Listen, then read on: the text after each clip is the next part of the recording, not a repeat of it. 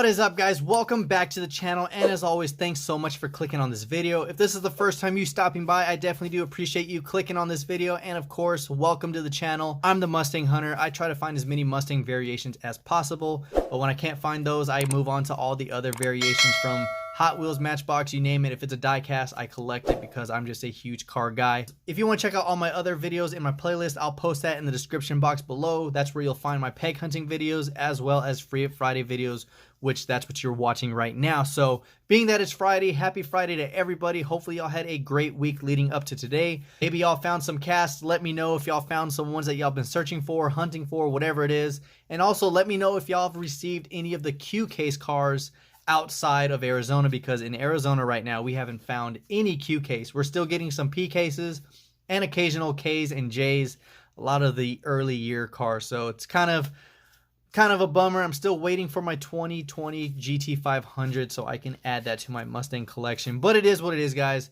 I'm just patiently waiting. So today on Free It Friday, we're going to be looking at a cast I've mentioned probably 2 or 3 times before in other videos, but I just haven't showcased it to you guys. It is from the Classic Gold Collection, and it is the 1987 Monte Carlo SS, which is a legendary car in my opinion. Growing up, my buddy had one. His mom had the black with the red stripes. Now with the classic facts, which I do like about Johnny Lightning, like I always mention, is they have really good stuff on their cards. Of course, you got the number 1 of 3512 limited edition. You got the classic facts that are always on the side giving what the car has as far as history or what the options were. And then, of course, the paint code right here, which is 9300 in black. This is version B, release 2 of 2020. And on the back, of course, you have all 6 vehicles that are in this release 2 for 2020. Then you got this 1964 Dodge 330, which I did a Free It Friday for, so check that video out. It actually has some really cool history behind it, an amazing cast with some awesome detail. I'll post that down below as well as a little clip up here that way you know what video to look for. Now, when I seen this on the pegs, I knew I was going to save this for a Free It Friday because that's what I do when I go hunting. I try to find at least 1 or 2 vehicles that I know for sure I'm okay with opening for you guys, and I definitely want to share this one with you. So let's go ahead and open this bad boy up.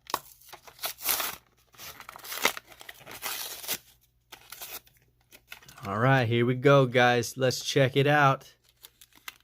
Look at that. Before I even touched it, there is a thumbprint on there, probably from the packaging or maybe the quality check guy. But you saw I hadn't even touched it, and there is a thumbprint on there.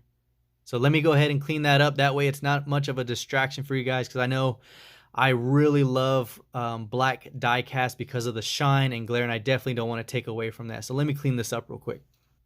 Okay, there we go. Look at that. Much better.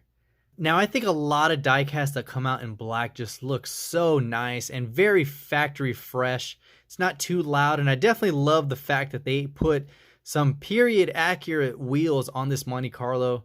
You can see it does say Cooper Cobra radial GT tires, which those were their selling points when they were marketing these Monte Carlos, was that it came with some radial GT tires for maximum performance. So I definitely like the fact that Johnny Lightning stays true to the actual vehicle or production car when they're casting it. Moving on to the front, you do see it has some really nice simple tampos to define the 4-eye headlights right there. It does have the gold stripe running across as well as the Chevrolet font up front, which you can barely make out, but that's what it's supposed to say.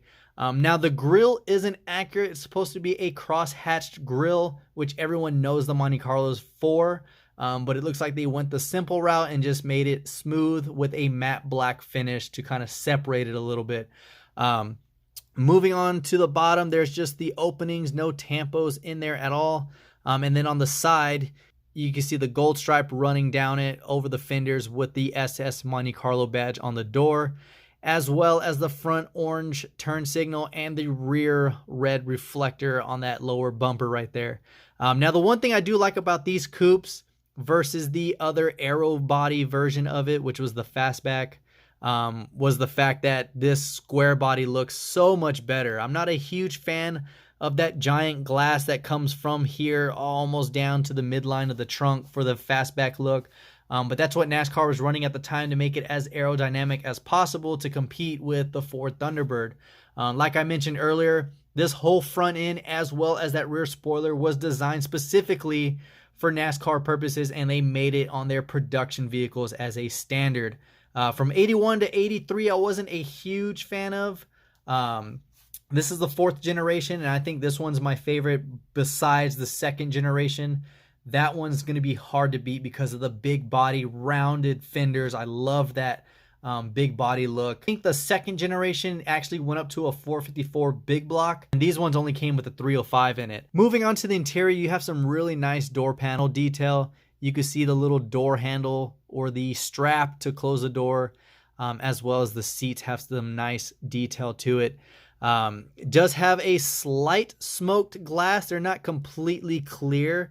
It does have a little tint to it, but nothing too extreme or too much. And then moving on to the back, you have some really nice taillight detail. You got the reverse lights as well as the Monte Carlo emblems on the lenses, and then the license plate from Michigan that says gilded. I'm not too sure what gilded is, but if I find it out, I'll post it on this video somewhere so you know exactly what the purpose of that license plate is. We're going to go ahead and open up the hood to see what kind of detail it is. The one thing I've noticed about Johnny Lightnings is their hoods aren't the easiest to open. So hold on one second. All right, guys, I really don't like this because I don't want to risk damaging the paint, but I'm finding just a small corner just to pry it up a little bit. There we go. All right, look at that. Very simple, very sleek, all black engine bay. You have no color, no detail.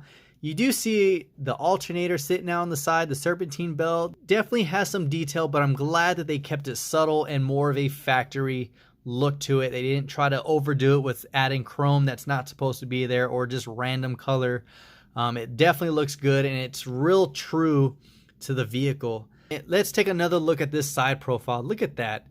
Those wheels make this car. I believe the tampos and the wheels can make or break any vehicle. If you agree, let me know down below if you agree or not. But I've seen some casts that come out with no tampos and some really ugly wheels, and it just makes the car look trash, and I usually just pass those up. But when I see that same car with some really good detail and some nice wheels, oh yeah, I'm gonna pick it up because it just made that car look so much better. And Matchbox is known to do that. Johnny Lightning has never failed as far as detail goes. Now M2s, Auto World, all those have some really good detail, but they do fall under the same company. They are kind of like sister companies to each other. So they all have similar cards, similar styling, and of course the same detail you'll find in all of them. And they don't lack detail, and I really do appreciate that about Johnny Lightning. It just looks really good. I love the paint job on it, of course, just being the black with the gold stripe option. The wheels look good, and of course, I love that Johnny Light. There I go, dropping in another car again, but luckily my table is padded and it didn't damage anything. But like I was saying, I do like the fact that Johnny Lightning's all metal for purposes like that. In case I drop it, I know it's not going to break, so the quality is really good. I definitely do agree that it, $5 is reasonable for these cars, and I do like the fact that some of them are limited. If you haven't already and you want to become part of the Mustang Hunter family, just click that subscribe button so you can stay tuned for all future videos. Don't forget to check my description box for my playlist so you can check out what my content and channel brings to you guys. And of course, until next time, this is the Mustang Hunter. Peace.